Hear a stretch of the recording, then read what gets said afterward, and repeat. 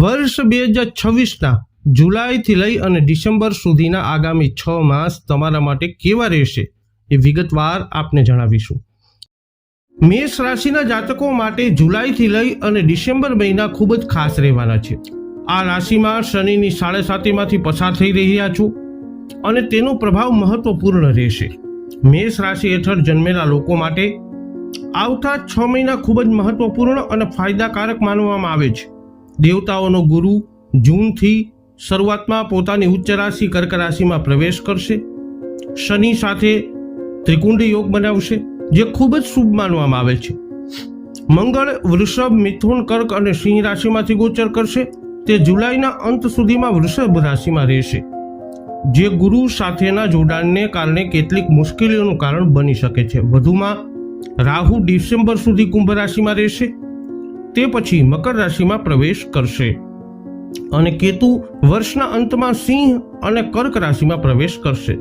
વધુમાં બુધ, શુક્ર અને સૂર્ય ચોક્કસ સમયગાળા પછી રાશિ બદલતા રહેશે, જે મેષ રાશિને અસર કરશે. આ વિશ્લેષણ ચંદ્ર રાશિ ઉપર આધારિત છે. તો ચાલો હવે વિગતે જાણી લઈએ આગામી 6 મહિના કેવા રહેશે. મેષ રાશિ માટે જુલાઈ મહિનો ખૂબ જ સારો રહી શકે છે. તેમને નોકરીની ઘણી નવી તકો મળી શકે છે. જો તમે આ સમયને સમજદારીપૂર્વક પસંદ કરશો તો તમે મોટી સફળતા મેળવી શકશો. આગામી 6 મહિનામાં મેષ રાશિના લોકોના વ્યવસાય કેવો રહેશે? તો જુલાઈ મહિનામાં ઘણી નવી તકો સામે આવશે. જો તમે યોગ્ય સમયે યોગ્ય નિર્ણય લેશો અને તકોનો સમજદારીપૂર્વક ઉપયોગ કરશો તો તમે ઉત્તમ પરિણામો પ્રાપ્ત કરી શકો છો. નોકરી કરતા વ્યાવસાયિકો અને ઉદ્યોગપતિઓને પણ ફાયદો થવાની શક્યતા છે.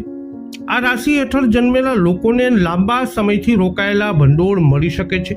વ્યવસાયમાં નોંધપાત્ર લાભ પણ શક્ય છે. તમારી વ્યૂહરચના અસરકારક સાબિત થઈ શકે છે. જૂનથી ઓક્ટોબર સુધી તમે નોંધપાત્ર વ્યાવસાયિક નફો અનુભવી શકો છો. તમે તમારા સ્પર્ધકોને સખત લડાઈ આપતા જોઈ શકો છો. તમારી મહેનત અને પ્રયત્નો નોંધપાત્ર લાભ આપી શકે છે. તમારા પ્રયત્નો નફો આપી શકે છે. કરિયર કેવું રહેશે? તો આગામી 6 મહિના નોકરી કરતા લોકો માટે મહત્વપૂર્ણ હોઈ શકે છે. ઓગસ્ટથી ઓક્ટોબર સુધી મેષ રાશિ હેઠળ જન્મેલા લોકોને નોંધપાત્ર લાભ થઈ શકે છે. ગુરુ અને સૂર્યના પ્રભાવને કારણે લાંબા સમયથી અટકેલા કાર્યો પૂર્ણ થઈ શકે છે અને ઘણા ક્ષેત્રોમાં સફળતા મળી શકે છે. સર્જનાત્મકતા, કલા, રમતગમત અથવા પ્રદર્શન સાથે જોડાયેલા લોકોને ખાસ તકો મળી શકે છે. જુલાઈમાં ઘણી નવી તકો મળી શકે છે. નવી નોકરીની ઓફર મળવાની સાથે પ્રમોશન અને પગારમાં વધારો થવાની પણ શક્યતા છે. તમે તમારા સલાહકારો અને ઉપરી અધિકારીઓ સાથે સારા સંબંધો વિકસાવી શકો છો, જે તમારી કારકિર્દીને વેગ આપી શકે છે. તમારા નેતૃત્વ કૌશલ્યમાં પણ સુધારો થઈ શકે છે. તમને કોઈ મહત્વપૂર્ણ જવાબદારી અથવા પ્રોજેક્ટ સોંપવામાં આવી શકે છે. કારકિર્દીના ઘરના સ્વામી શનિ પર ગુરુનો સકારાત્મક પ્રભાવ ચાલુ રહેશે, જે ઘણા કાર્યોને પ્રમાણમાં સરળ બનાવી શકે છે. સપ્ટેમ્બર અને ડિસેમ્બર વચ્ચે ગુરુ સિંહ રાશિમાં ગોચર કરશે. મંગળનો પ્રભાવ પણ અનુભવાશે. વધુમાં ડિસેમ્બરમાં રાહુ અને કેતુ પર રાશિ બદલશે. પરિણામે તમારો આત્મવિશ્વાસ વધશે, જેના કારણે ઘણા ક્ષેત્રોમાં સફળતા મળશે. તમારા કાર્યમાં લાંબા સમયથી ચાલી રહેલા અવરોધો દૂર થઈ શકે છે. તમે ઘણા પ્રભાવશાળી લોકોને મળી શકો છો, જે તમને ભવિષ્યમાં નોંધપાત્ર લાભ આપી શકે છે. મેષ રાશિના જાતકોની આગામી 6 માસમાં આર્થિક સ્થિતિ કેવી રહેશે? તો ગ્રહોના સ્થિતિના આધારે જોઈએ તો મેષ રાશિના લોકો માટે જૂનથી જુલાઈથી ડિસેમ્બર સુધીનો સમયગાળો ખૂબ જ ખાસ રહી શકે છે. તમારી નાણાકીય સ્થિતિ મજબૂત રહેશે. અચાનક નાણાકીય લાભ થવાની પણ શક્યતા છે. પરિણામે તમે ભવિષ્ય માટે પૈસા બચાવી શકશો. તમે દેશી અને વિદેશી બંને પ્રકારની ઘણી યાત્રાઓ કરી શકો છો, જોકે તેમાં ખર્ચ પણ થઈ શકે છે. તમારી સામાજિક સ્થિતિ અને પ્રતિષ્ઠામાં વધારો થઈ શકે છે. વાહન, ઘર અથવા મિલકત ખરીદવાનું તમારું સ્વપ્ન સાકાર થઈ શકે છે. શનિની 7.5 હોવા છતાં ગુરુનો અનુકૂળ પ્રભાવ તમને સુખ, સમૃદ્ધિ અને સંપત્તિ લાવી શકે છે. આવનારા સમયમાં તમે રોકાણ અને શેરબજાર દ્વારા પૈસા કમાઈ શકો છો. ગુરુ મેષ રાશિના 4થા સ્થાનમાં ઉચ્ચ રાશિમાં સ્થિત છે. આ ચંદ્ર સાથે હંસ યોગ અને ગજકેસરી યોગ પણ બનાવશે. આ સમય ખૂબ જ ભાગ્યશાળી રહેશે, જે તમારા ઘર, જમીન, વાહન, મિલકત, નોકરી અને સમૃદ્ધિ મેળવવાની શક્યતાઓને મજબૂત બનાવશે. જો કે મિલકત કે રિયલ એસ્ટેટ ખરીદતી વખતે ખરીદી કરતા પહેલા તમારી યોગ્ય તપાસ કરવાનું ભૂલશો નહીં, કારણ કે આનાથી નુકસાન થઈ શકે છે. વાત કરીએ સ્વાસ્થ્યની. સ્વાસ્થ્ય કેવું રહેશે? તો મેષ રાશિના જાતકો શનિની સાડાસાતીનો પ્રથમ તબક્કો ચાલી રહ્યો છે. પરિણામે મેષ રાશિમાં લોકોને સ્વાસ્થ્ય સમસ્યાઓનો અનુભવ થઈ શકે છે, જેમાં પગ અને સાંધામાં દુખાવોથી લઈ અને ભારે થાકનો સમાવેશ થાય છે. માનસિક તણાવનો પણ સામનો તમે કરી શકો છો.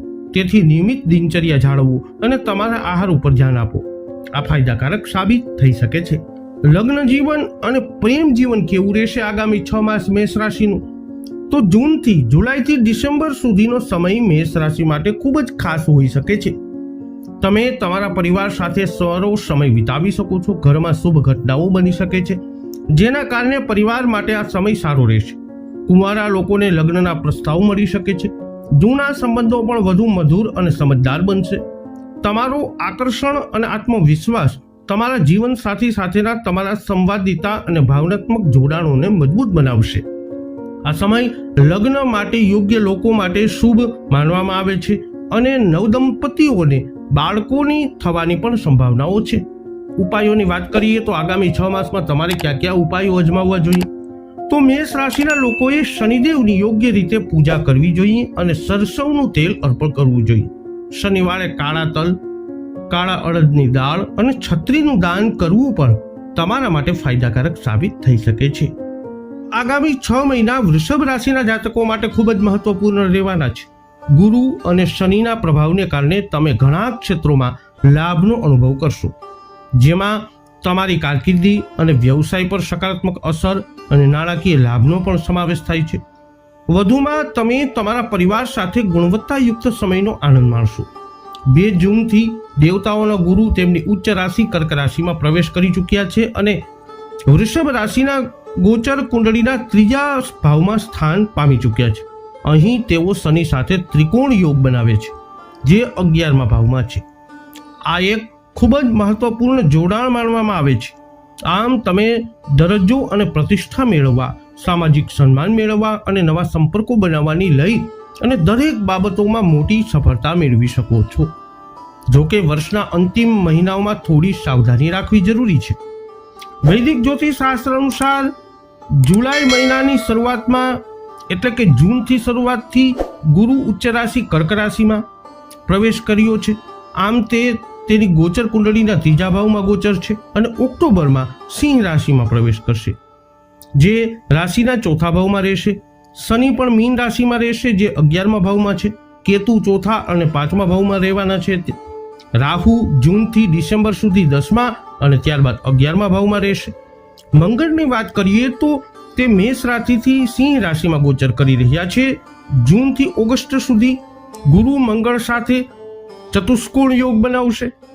તેથી તમારે સાવચેત રહેવાની જરૂર પડશે, કારણ કે આ દિશા શુભ માનવામાં આવતી નથી. વધુમાં સૂર્ય, બુધ, શુક્ર અને ચંદ્ર ચોક્કસ સમયગાળા પછી રાશિઓ બદલતા રહે છે, જે તમારા જીવનને કોઈને કોઈ રીતે અસર કરી શકે છે. વૃષભ રાશિના લોકોનો વ્યવસાય આગામી 6 માસમાં કેવો રહેશે? તો આગામી 6 મહિના વૃષભ રાશિના જાતકો માટે ખૂબ જ ખાસ રહેવાના છે. 2 જૂનથી ગુરુ એ 3જા ભાવમાં ગોચર કરી ચૂક્યા છે, જે તેમને ઘણા નવા ઓર્ડર આપી શકે છે. નવો વ્યવસાય શરૂ કરવા માટે આ સારો સમય હોઈ શકે છે. વધુમાં ગુરુ અને પ્લુટોના પ્રભાવને કારણે વૃષભ રાશિના જાતકો ઉચ્ચ કક્ષાના અને પ્રભાવશાળી વ્યક્તિઓ સાથે જોડાઈ શકે છે. પરિણામે તેઓ નોંધપાત્ર વ્યવસાયિક નફો અનુભવી શકે છે, જે સંભવતઃ તેમની પ્રતિષ્ઠામાં વધારો કરી શકે છે. પ્રભાવશાળી લોકો સાથે સંબંધો સ્થાપિત કરવાથી તમારા વ્યવસાયમાં ઝડપી વૃદ્ધિ થઈ શકે છે. જો કે આ સંબંધો જાળવવા માટે સાવધાની અને સમજદારીની જરૂર પડશે, કારણ કે એક નાની ભૂલ પણ સંબંધોને નબળા બનાવી શકે છે. તેથી સાવધાની સાથે આગળ વધવાથી ઘણા સારા પ્રોજેક્ટ મળી શકે છે. કરિયર કેવું રહેશે? તો કારકિર્દીની દ્રષ્ટિએ વૃષભ રાશિના જાતકોને આ સમયગાળા દરમિયાન નોંધપાત્ર લાભ થઈ શકે છે. ગુરુ ઓક્ટોબર સુધી 3જા ભાવમાં અને શનિ 11મા ભાવમાં છે. વાતચીત, જોડાણો અને નેટવર્કિંગ તમારા કારકિર્દી પર સકારાત્મક અસર કરી શકે છે.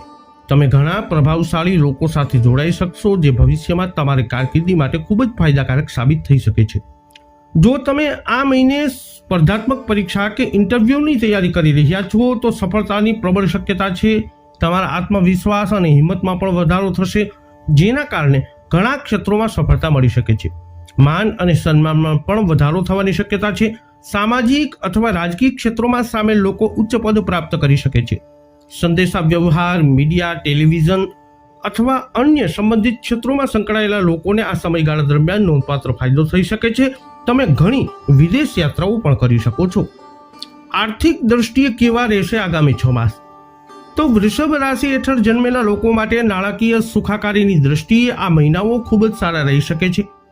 અગાઉના રોકાણો સારા વળતર આપી શકે છે. જો કે રોકાણ કરતી વખતે કોઈ પણ ઉતાવળિયા નિર્ણય લેવાનું ટાળવું જોઈએ. નાણાકીય લાભ માટે ઘણી તકો મળી શકે છે. જો તમે મિલકત ખરીદવાનું વિચારી રહ્યા છો તો આ સમયગાળા દરમિયાન તમને ફાયદો થઈ શકે છે.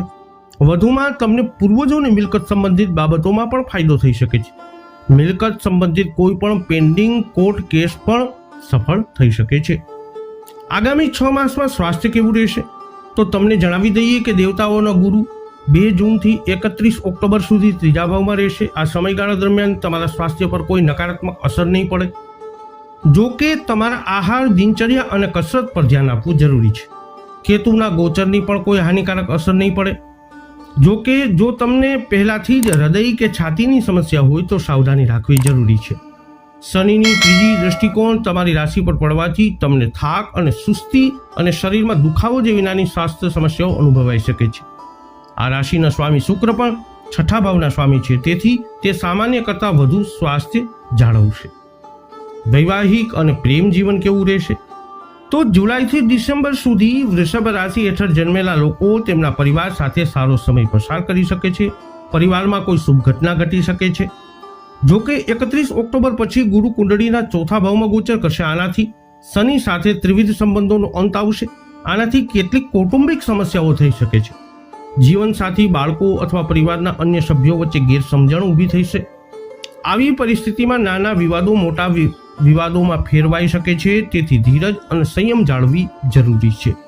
એકંદરે આગામી 6 મહિના વૃષભ રાશિના જાતકો માટે સારા રહી શકે છે. આ સમયગાળો માનસિક શાંતિથી લઈ અને સુખ સમૃદ્ધિ, મુસાફરી, આધ્યાત્મિકતા અને ધાર્મિક પ્રવૃત્તિઓ માટે અનુકૂળ જણાય છે.